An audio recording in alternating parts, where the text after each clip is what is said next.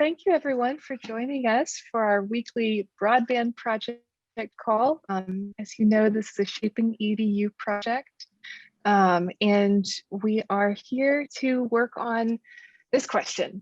How can we individually and collaboratively move concretely towards universal broadband access and access to the tools, practices, and resources and systems of support needed to flourish in learning and at work? So Lisa, Paul, or Mark, do you want to kick things off? Well, was going to run, I probably want some opening conversation, but then I was going to run through a dozen slides and give you some history and perspective on what's been happening here the last 30 years or so in that very question. But let's get any other conversation you want to get going, or if you're ready for that. Well, Mark, thank you. I know I joined after everybody else was on. Just want to say welcome. We have questions if that's okay with you after you tell us. Or during, glad to make it a conversation. So sure. And, we're delighted to have you here and learn again, because there's so much that we can gain from your experience and what you can tell us from what you've done to move the needle forward. Sure, and we're looking at the whole ecosystem, so certainly interested to help you find your place in the broadband ecosystem here. And I know your members go broader than Arizona, across the nation at least, right? Yes, and that's one of the questions after your presentation we might possibly bring up. But thank you so much. Absolutely. So let me see if I can share screen. Looks like I can. So I did post in the meeting support materials page on Google Drive that Laura provided 10 documents, this deck and 9 others that will come up in this brief run or rant through Arizona broadband history. So let's see if I can, right. So in the late 80s, Arizona hired Stanford Research Institute to recommend economic development strategies, and the Arizona G-Speed, Arizona Strategic Partner for Economic Development, was formed. The governor adopted it. It became G-Speed, the Governor's Strategic Partnership for Economic Development, in the early 90s. And this was a Michael Porter cluster-based economic development platform where you looked at the supply chain, the actual, people making product to goods and services, their customer base, all the support infrastructure, really looked at the ecosystem. And out of that, there was the Arizona Software Association as one of 9 clusters, industry clusters, and it became today's Arizona Technology Council. There was our earlier version of ATIC, Arizona Information Communications Infrastructure Foundation group. We worked with Morrison Institute and wrote some papers. We became ATIC in about 95. Governor Symington, under John Kelly, who was his state's first telecom policy officer, now still around with Tri-Advocates and very active in the technology policy arena here. He and Al Crawford chaired a committee for the governor, kicked out a couple of 100-page report involving broad range of stakeholders. The legislature had a sitting committee of the House, Senate, and some citizens on telecommunications. The 3 universities formed something called ASPIN, which was a tri-university network that has to be the direct or indirect roots of today's Suncor network. And Bob Burns, then a legislator, these days a corporation commissioner, got significant funding for the U of A to establish an early and now world-class telehealth, telemedicine program. So this is all what was going on in the 90s.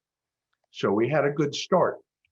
I actually don't have a slide for 2000 to 2010. I keep meaning to make one. Plenty went on there, but I'm gonna pretty much skip that decade, which may be merciful. Anyway, out of the last cataclysmic economic period, the recession in the late 2000s, was the American Recovery and Reinvestment Act. 2009, 2010 feels about like now, with all the federal money about to flow or already flowing. This was the American Recovery and Reinvestment Act. Among other things, Arizona got $6.6 million for broadband activity in mapping, data collection and mapping, and policy work. So I had the contracts in Arizona and Utah to do the mapping work and a bunch of policy work in Arizona that I handled, and many others. So it was GEDA, the state agency at the time, which now you would know is ASET, ASET, and the governor had a Digital Arizona Council of about 40 or 50 people, 6 working committees. We did a strategic plan in 3 lengths, a 16-page, very visual and consumable version, about a 90-page full-up version, and then an appendix augmented longer version. But I put what we call the full version in your deck, and you can see that was really the first solid strategic plan, 2012. Unfortunately, some of the incumbents, even though they were on the council and in the committees and worked on all this, took umbrage to some of the things that they considered competitive, and thus are as a monopolist or duopolist, not often favorable to. So they actually took on the strategic plan and the committee kind of imploded and ceased to do productive work out of that experience. A lesson in several kinds. But we did all sorts of mapping like this of how many broadband providers, at what speed, at what technology, in every census block. And there are hundreds of thousands of census blocks, but there are big flaws in how the data collection for that all worked that are only now being fixed many years later. If one address was declared serviceable, then the whole census block was. That was the original sin in the program, but practical at the time. Today, they're actually moving to an address-based system. Is this a serviceable address or not? And so that granularity and hopefully the accuracy is now going to suddenly improve. But we had all sorts of variants on how we looked at that data. We had a whole strategic process at ASET. You also have this report from 2014 that summarizes it. We had a map portal which overlaid all sorts of demographic data sets with community anchor institution information. We tracked well over 10,000 Arizona schools, libraries, health facilities, public safety, all the kind of, there were 7 formal categories at the NTIA. And you could map broadband availability against the presence of community anchor institutions. Say you were looking at K-12, and look at that against other factors, demographics of the population, and look at the state highway map overlays, and be thinking strategically. We also funded strategic work in the 4 rural districts of Arizona, regions, not MAG and PAG, but the other 13 counties are encompassed in 4 regions. They all got consulting dollars, hired firms, did stakeholder engagement. So this stuff all went on 5 to 10 years ago. And one of the special outcomes in Arizona was a digital highways bill in 2012 that declared that the transportation of information was equivalent to the transportation of people, goods, and services for the underlying rights and privileges to use right-of-way. And this was very important because of the very balkanized manner in which highway right-of-way is assembled, owned, acquired, utilized. It made broadband essentially a form of transportation and gave it right-of-way benefits or privileges, or less Vaseline in the sand, less grit in trying to do fiber. Then moving to the most recent years, many of you or all of you may be familiar with the Arizona Broadband Strategic Plan of 2018. That was formal, it was adopted. It is the current plan. We'll talk a little more about how that's about to get revised. FirstNet was coming online in Arizona with big federal money. AT&T's the vendor. It wasn't so clear at the beginning that they would be. State Land Department, importantly, revised the regulations to allow and encourage broadband deployment in their right-of-way, which is often where the utilities are doing high power long-haul transmission. So if you have a nice utility corridor already carrying tall, ugly stuff across the landscape, it's great to be able to have increased rights to string or bury fiber in those corridors, for example. We had the Commerce Authority take off and hire their first broadband director, get $3 million in funding. They gave away 4 community planning grants of $50,000 each, and they gave away a number of shovel-ready project grants. The biggest was innovative. It was $1 million to the Mojave Electric Co-op, subsidized, I believe, a $3 million fiber to the home project. And there are 5 other rural electric co-ops in Arizona who have been further enabled by legislative action and have all become interested in that kind of thing. We're expecting Commerce will get upwards of $10 million, and that's a whole interesting story that I won't go into, but the governor and the legislature are kind of at odds about who should get the rights and credit to give Commerce more money for broadband. And if you have to have an argument, that's the kind of argument really you want.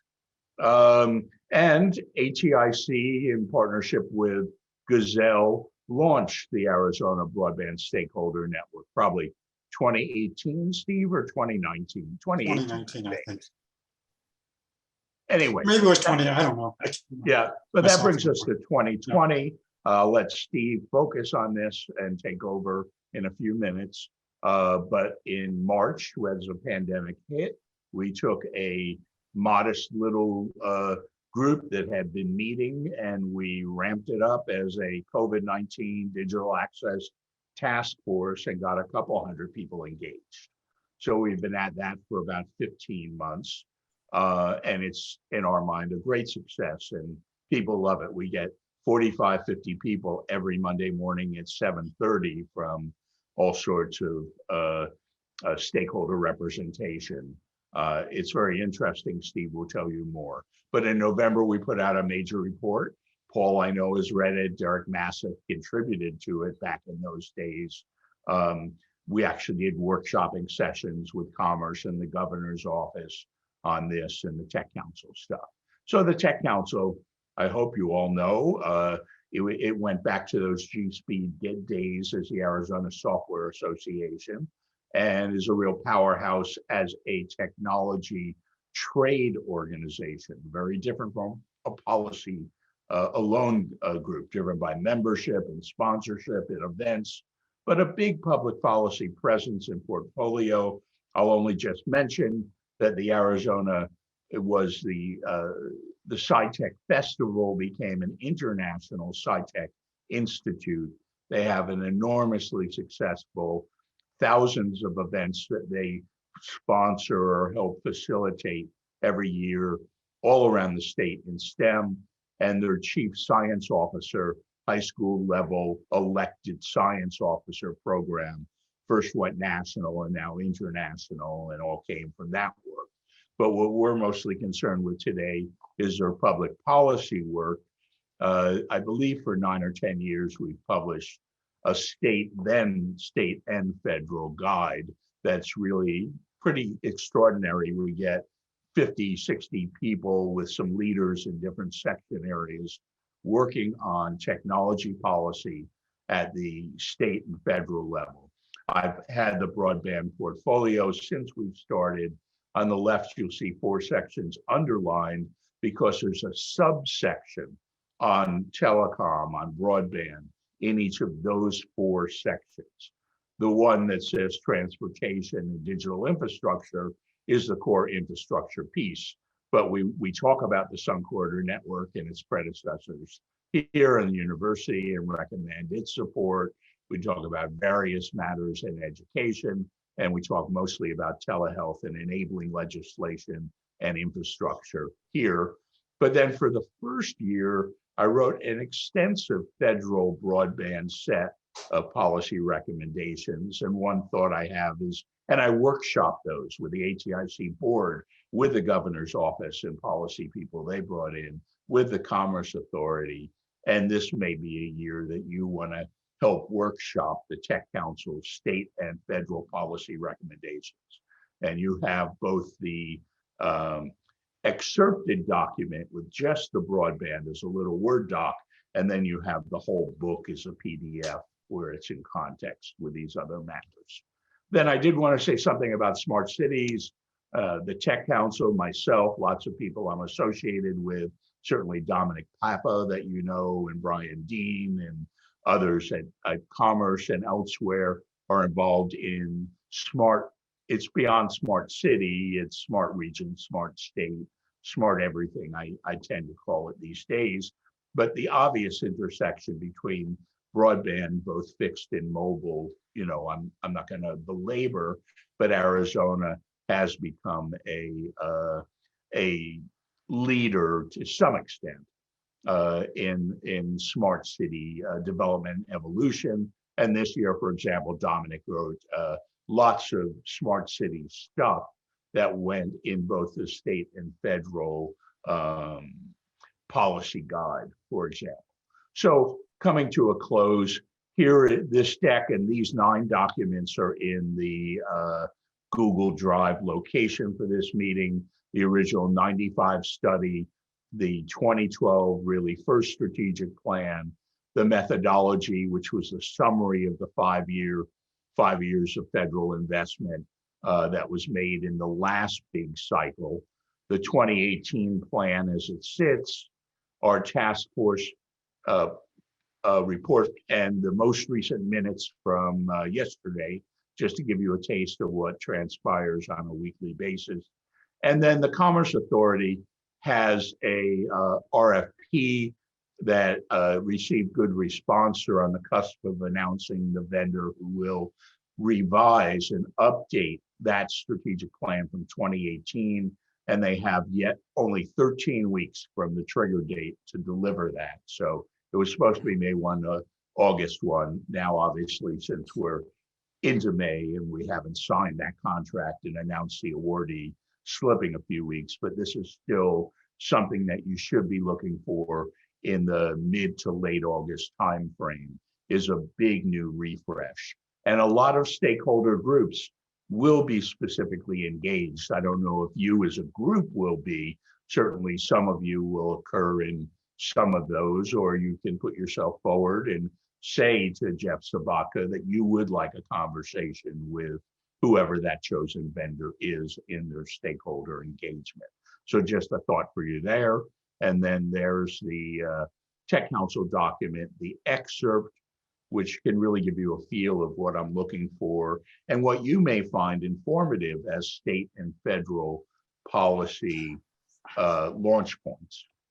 And then next to last, really, in the last week's meeting, we were talking a little about how you stay informed or get informed about some of this broadband matters. So there's actually a 3-page list with descriptors of a larger body of these in our report from November. These are all taken right from there. But this would be my top 12 sources that I monitor regularly. Some come every weekday, some come every week. Those top 3 are really extraordinary summaries of what is breaking on both the federal, state, and municipal levels. NECA tends to be federal only, but the other 2 go state and local and really tell you a lot. Then finally, I do a lot of presenting on autonomous vehicles and mobility as a service, on the Internet of Things and smart things. Do I want to allow my, sorry. And wireless, Arizona as a tech hub, all sorts of things. But in this broadband conversation, I thought this relatively fresh and extensive wireless information might be, it's a bit technical. There's also policy stuff in there, but there's a link at the very bottom of this page to where you'll find a deep deck on wireless and all my other public presentations. And that's it, if that's not enough. And the one other thing I have on a share screen ready, well, Steve's going to show you, I was going to say I have the report up from the task force, but Steve's going to talk more about that. But any questions for me, maybe a little bit about that historical perspective on Arizona? Mark, I'd like to jump in with one. You mentioned two or three slides back when you were showing that report and had highlighted 4 or 5 areas. You mentioned something about workshopping that was done on that. We're a group of educators and trainers. Is there a place for us to fill gaps you have in terms of needing help on doing those workshops, or are those all pretty much in place and you have all your facilitators? Those were not big formal meetings. The state, Ben Blink from the governor's office, has held sessions that really involved 60 people or more that have been very formal, professionally moderated. When I say I workshopped a document, it's not quite a markup, though we did do an interesting markup and group process for the AZBSN report. But when I workshop my various sections of the Tech Council work, my portfolio is broadband, fintech, financial technology, blockchains, crypto, artificial intelligence. I have 5 or 6 areas that I'm workshopping, and each of those I'm distributing the core centric document to that topic to a group of people. Broadband's actually the largest group, but the crypto group involves about 10 people I seek advice from. And that establishes some one-to-one communication. And then often I just schedule a conversation to walk through it that I moderate, but it's not as much a formal process as some things are. But I would like to workshop it with you this year come August.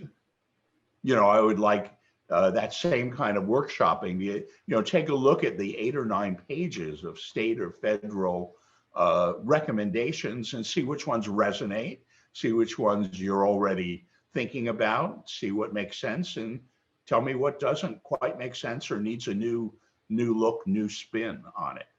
Every year there's new things.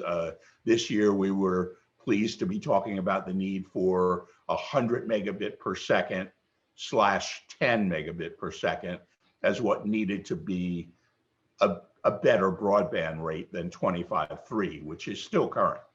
And by later in the year, within months, that's what people were talking about as the new standard. You know, so we're trying to, and then another thing was Shelby introduced the concept of to and through. And the feds have just now, in the most recent FCC school and library money, accepted that schools and libraries that buy connections for their use on facility can extend those connections to patrons and students where they are. And that's going to be an absolute transformative moment crux of change in how E-rate money can be deployed and leveraged. So we were talking about that last summer because Shelby gave us a heads up on that, and our friends in the library community who in Arizona are especially active. The libraries and schools do an enormous job here now getting our fair share and more of the E-rate dollars. We used to be a serious donor state, and we've turned that around over time. So we have real heroes working that equation, and I pay attention to them all. I ask for input, and it gets better, hopefully, and more topical and current. And Paul, that leads me to something. I see some faces that I know will know about E-rate, but are we all familiar with what E-rate is and its impact on education? Or would it be helpful? There's a, and her name, I'm blanking right now, the librarian. Mala. Mala. And Mylan at education and Mala at libraries. Would be perhaps people who could come in and give us an overview about E-rate at some point. Certainly you should consider that. It's one of the big levers. You know, when we think about the world in education, there's E-rate and then there's universities, and that's a different game. But then there's telehealth and the levers for it. But E-rate is a big lever, and there are some great stories. Arizona was one of 17 states who put up special matching money, and we were able to leverage $11 million in Arizona money to about $130 million in hard infrastructure, fiber to the school and library projects recently. And so there's great stories and great both proof of concepts and guideposts for forward. So yeah, I'd recommend it.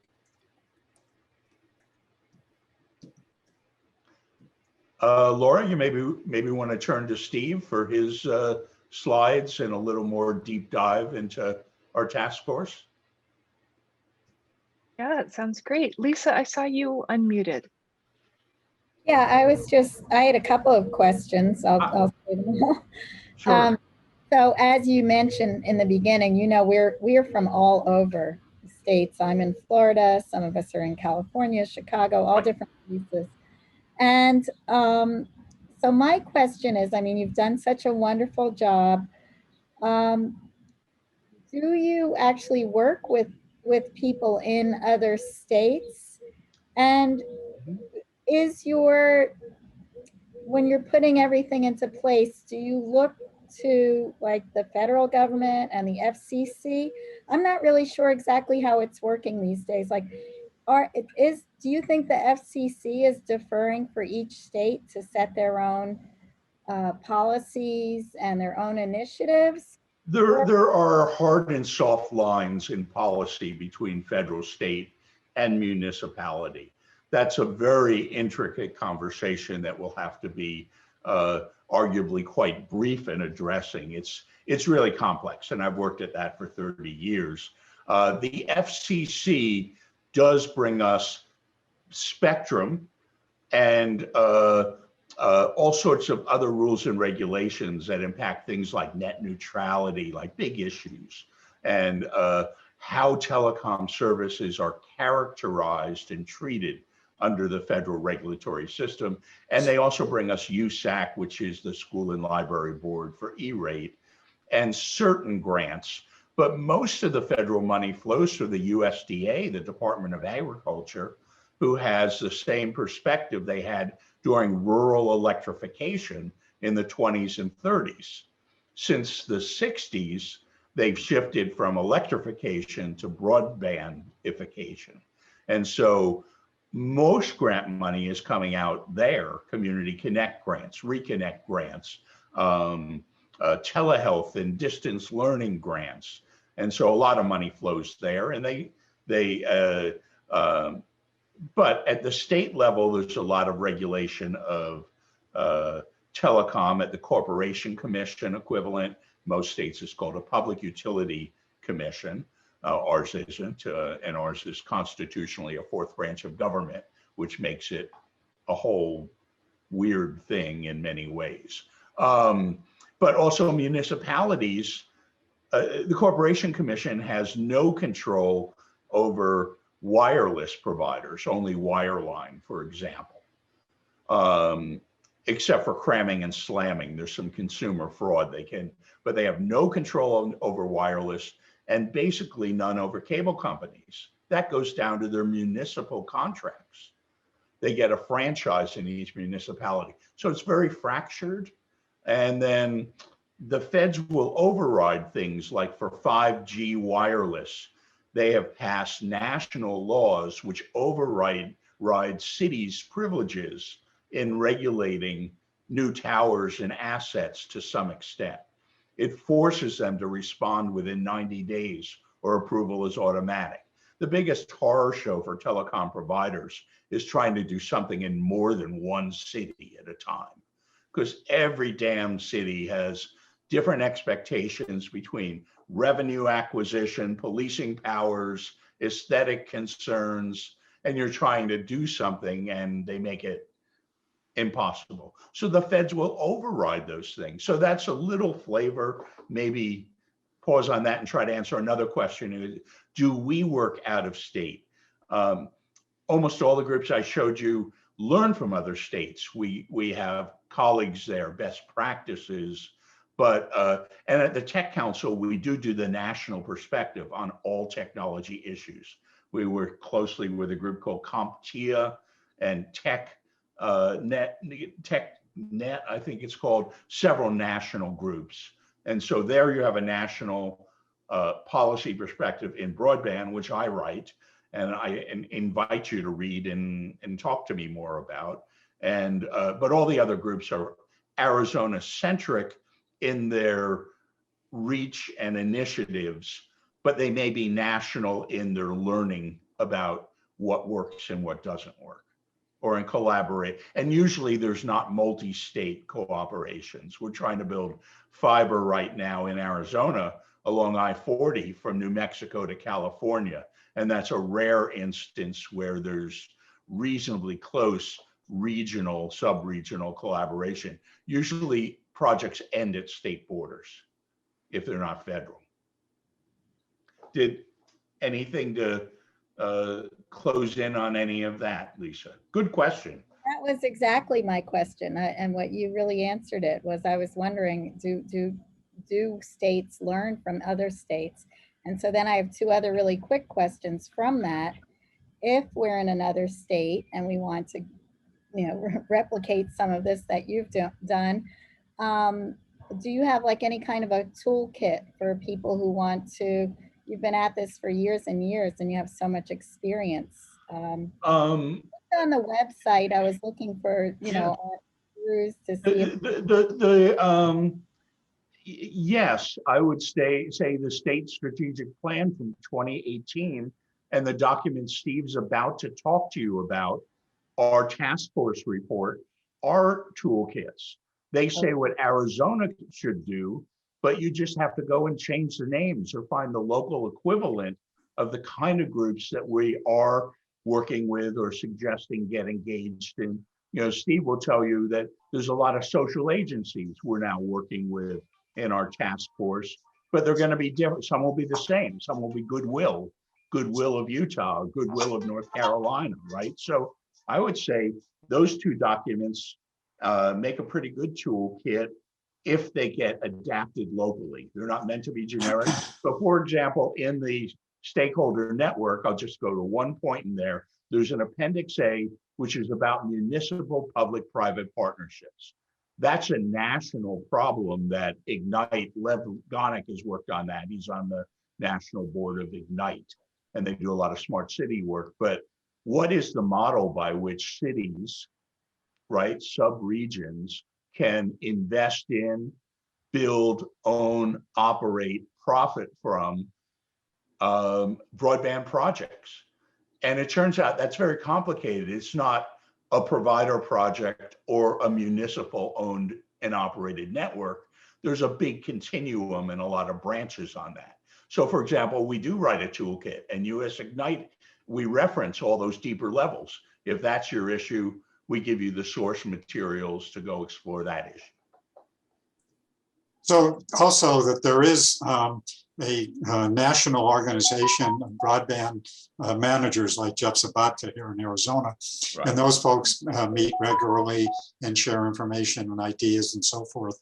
And again, as Mark acknowledged, there are a number of national organizations like Shelby and others that have been developing policy recommendations, links to information about developments at the federal level and so forth. So there are lots of different resources out there to access and have quote toolkits as you asked. Okay, and then one other quick one was, so what do you feel with all this work you've been doing for all these years? What to date has been your biggest success, and how were you able to achieve it? The 2010 to 2014 period was both a great success and a great failure. I mentioned how the work kind of in play. It was good work.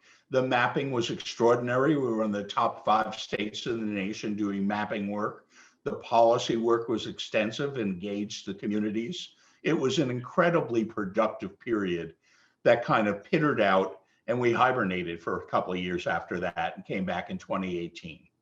The most recent era, since 2018, with Jeff Sabatka coming on at the Commerce Authority, has also been an extremely successful a period of supporting, aligning, encouraging, initiating projects of all sorts that have staged us for success in the tsunami of broadband investment that's already committed and almost certain to amplify yet.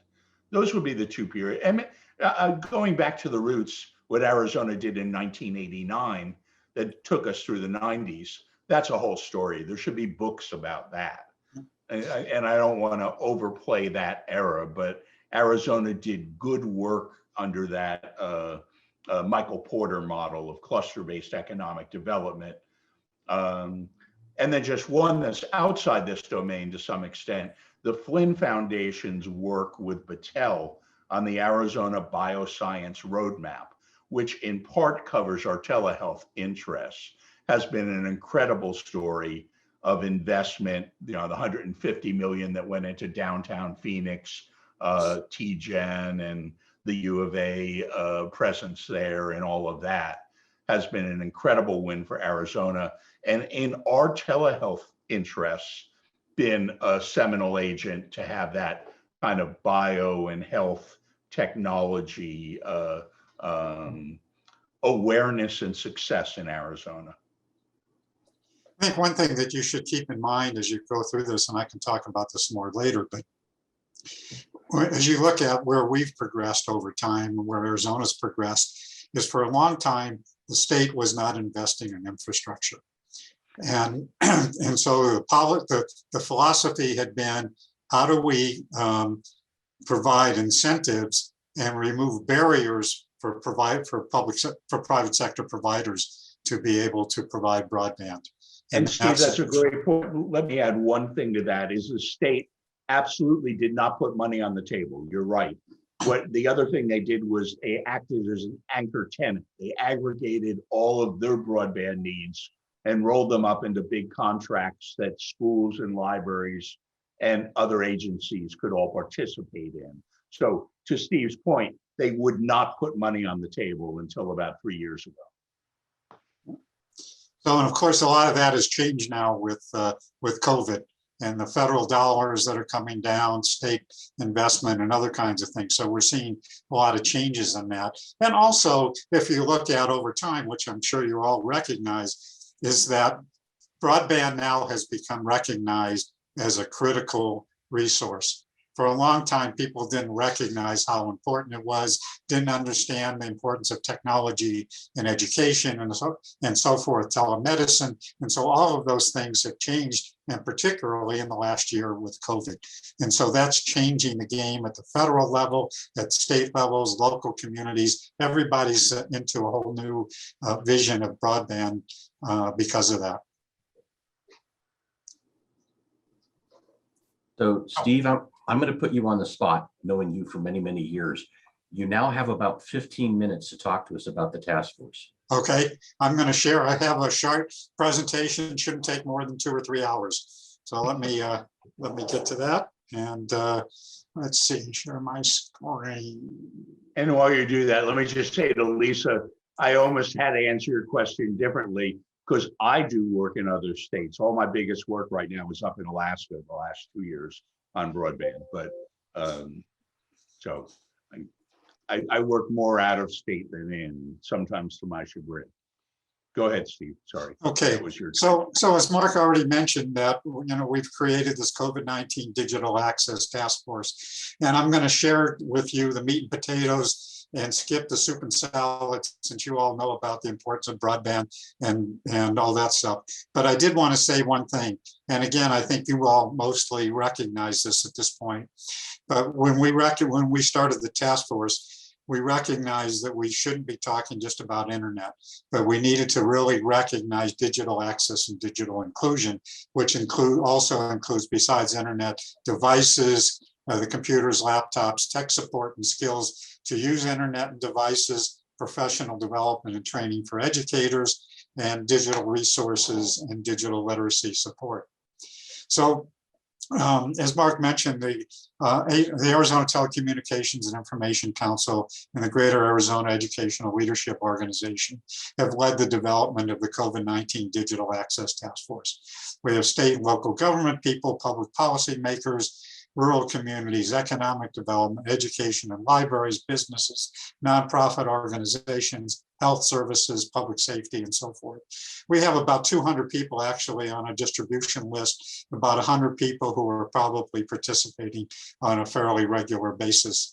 Just to give you an idea of some of the folks who are engaged with us, we have the Arizona State Broadband Director, Jeff Sabatka, the chair of the Arizona Corporation Commission, Derek, who's on this call is the executive director of the Sun Corridor Network, myself as coordinator of the State Broadband Network, the ERate administrator, excuse me, and state librarian with the Arizona State Library, the executive director of the Arizona Rural Schools Association, Pima County School Superintendent's Office, United Ways in Tucson and Phoenix, the Arizona executive director of the Arizona Technology and Education Association, the project manager with the Office of the Superintendent of Public Instruction, as well as the ERate manager for the Arizona Department of Education. And goes on, Care First Health Plan, which is a big partner with us, who serves a lot of the folks who are on access, faith-based organizations, and so forth. So the task force was really created to do 4 things: to facilitate collaboration, coordination, and information sharing among all the different parties and players who are out there, collaborating on priority initiatives for schools, libraries, telemedicine, et cetera, developing a statewide digital access strategy. And as Mark referenced, and I'll talk some more about that, as we have developed a comprehensive 52-page report, and identify and advocating for funding and resources to enable not only the task force, but one of our commitments is that we don't want to duplicate what other people are doing. We have lots of great organizations doing great stuff, and we want to support what they're doing, not duplicate or compete with them. So our agendas, we meet at 7:30 a.m., believe it or not, every Monday morning. I call it our pajama party, our pajama club. And that meeting includes introductions, announcements, federal, state, and local briefings, and I'll tell you more about that in a minute. We have presentations from providers, as well as excuse me, from nonprofit organizations, schools, and so forth, about initiatives and projects that are going on, resources, and so forth. And Steve, I did post yesterday's minutes in the Okay. Dropbox folder. Okay, so while Mark mentioned that, we do every meeting within a day that we have the minutes of our meetings are posted, and people can follow up with those contacts. We've actually started requiring people to register only because we can then take that registration list and put it in with the minutes. So the people, if they've heard somebody that they want to connect with, they can find how to do that. So anyway, the meetings also include information, a lot of information sharing. And we try to keep it, we're now to about an hour and 15 minutes, but not normally not much past that.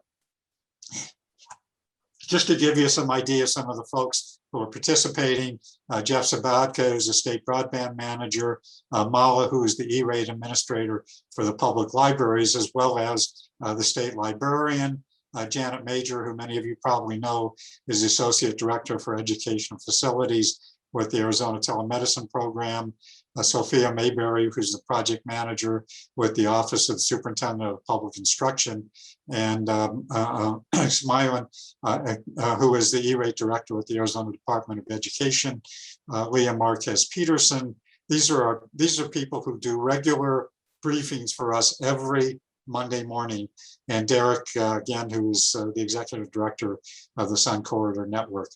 And so these folks give us an update on what's happening here in Arizona, what's happening at the federal level, what legislation is emerging, what funding sources are coming out, and so forth. So it's a great way to really keep up with who's doing what and what's going to be happening and coming down the pike.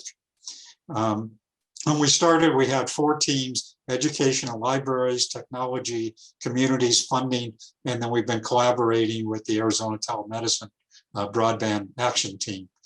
Those teams are not meeting anymore, and I'll explain that in just a minute. But again, we took the recommendations, we asked those teams to identify what their needs were, what were the barriers, and specific recommendations. And out of that, as well as continued discussions and dialogue with the many people participating in the task force, that we put together the comprehensive statewide digital access strategy report. That report includes short and long-term tactical and strategic recommendations and initiatives. Let me get this out of the way here.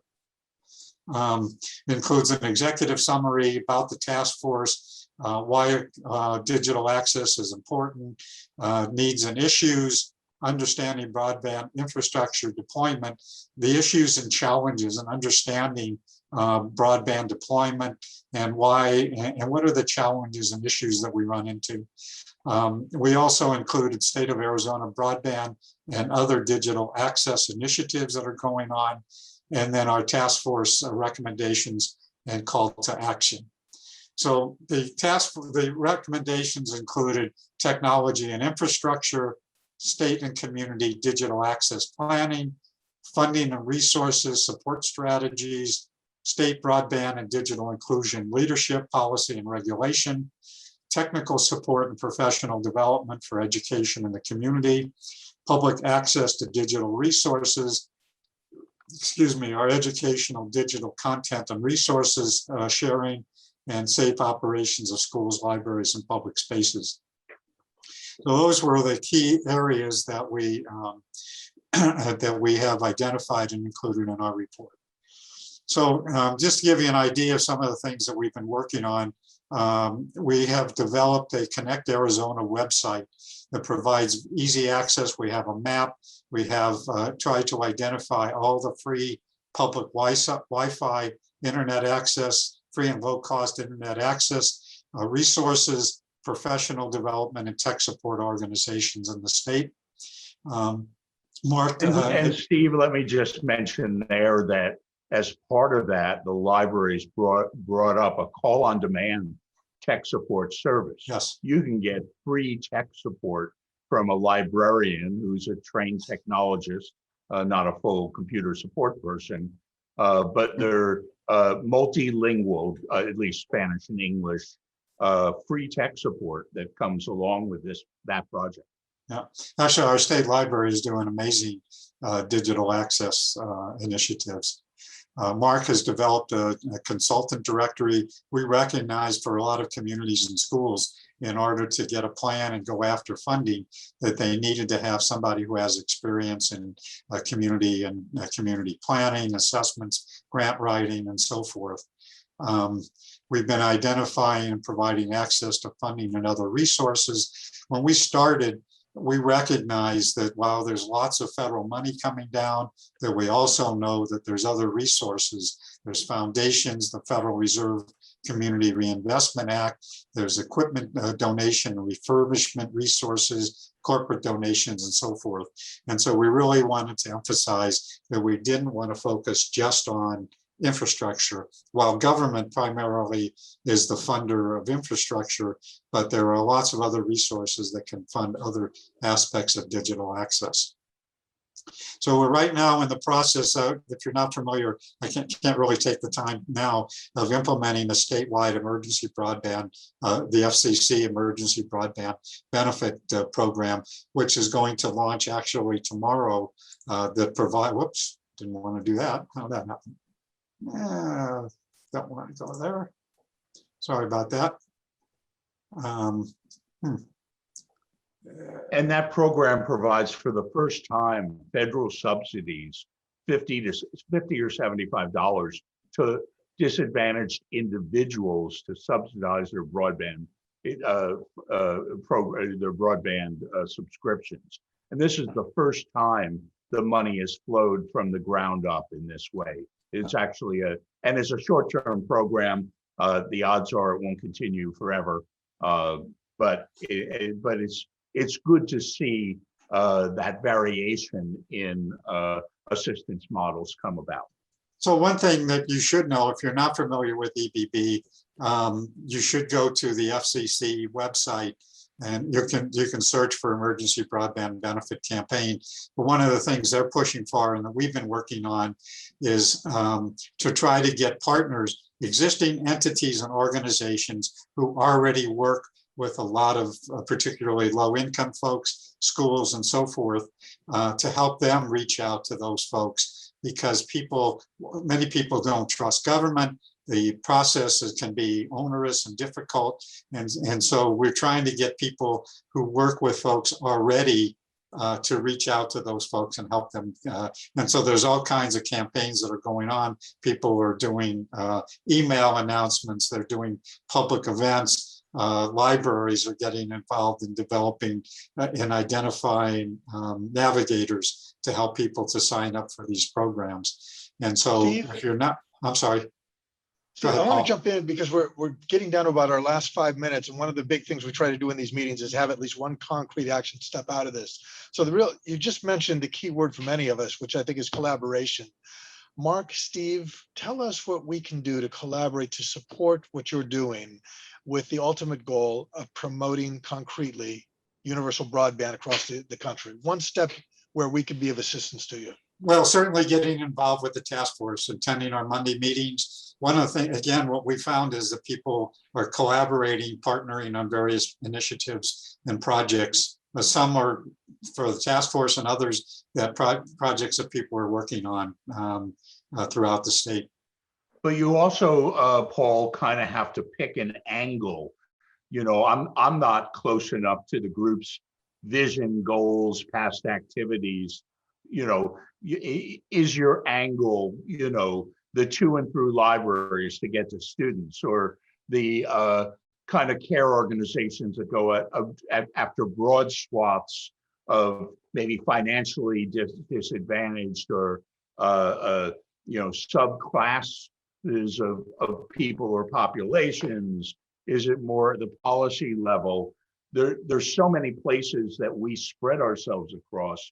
I'm not sure, other than being involved or help us help you by telling us we heard this and this resonates. You know, we can certainly be a help if you have a slice of this that you want to adopt or engage in.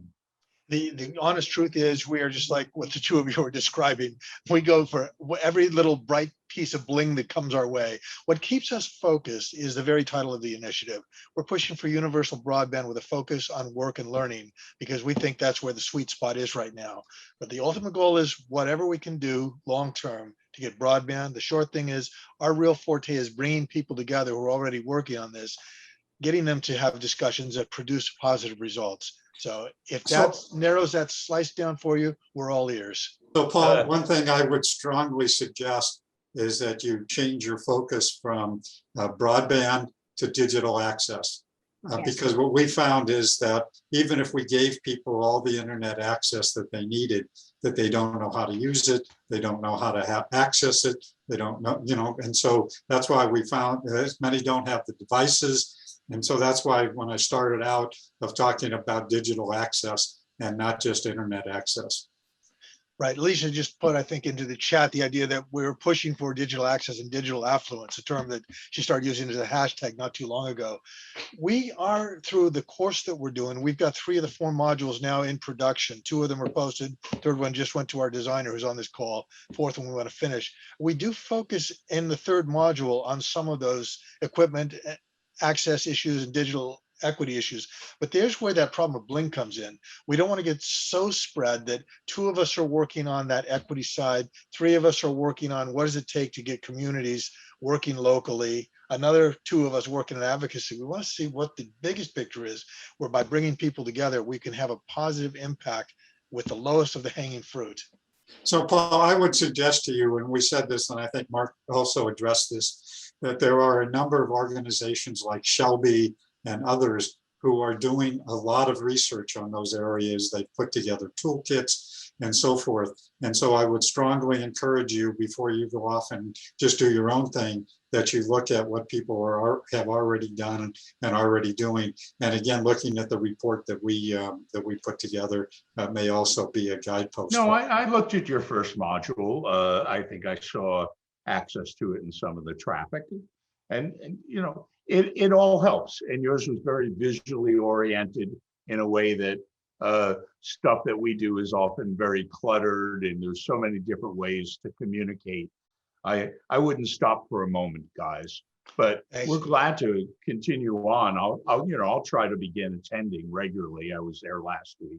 Oh, we appreciate having you here, and same for you, Steve. We always invite people in for one-time presentation, knowing that if we hook them, they're going to be with us for the long haul, because that's what we're all about. We do the same thing.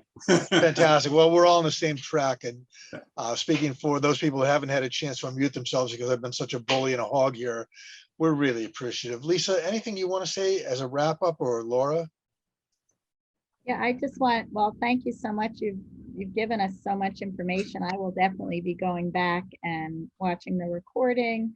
I think it would be helpful. So I'm going to go ahead and attend the next meeting. I'm lucky I'm in Florida, so I don't have to do it so early in the morning. And you should just send Steve an email, to get added to his list. Yeah, but I think we can, I feel like maybe just as observers, we can watch what you guys are doing. And we thank you if you can continue to come to our meetings as well. Sure. And hopefully somehow there can be a connection and a conversation that gets started.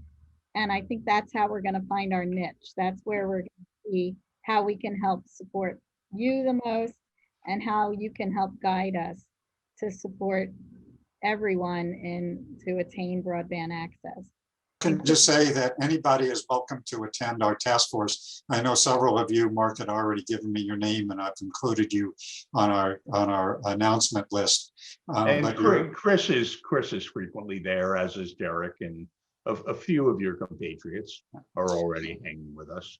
Good. And there is another ASU group that just came to our attention recently, Lighting the Future, out of the UTO office. And so I know Lev is very active in that, but we met with Dominic Papa and Derek Masseth just yesterday about aligning with their efforts. So we're good collaborators, and we're glad you're in the fray with us, and we'll keep it going. Nice. Well, good to see Derek here too. And I appreciate that we had Dominic with us in our big event that we did online in January. Laura, you want to bring it to a close with any final comments? I'm not sure there's anything left to say. We will keep meeting and working on this, and pursuing this goal of universal broadband access and digital equity. Thank you so much, Mark and Steve and everyone for your time Our today. pleasure. You We'll bet. Thank stay you in for the touch. opportunity. Cheers, everyone. See you in a week. Bye now. Bye.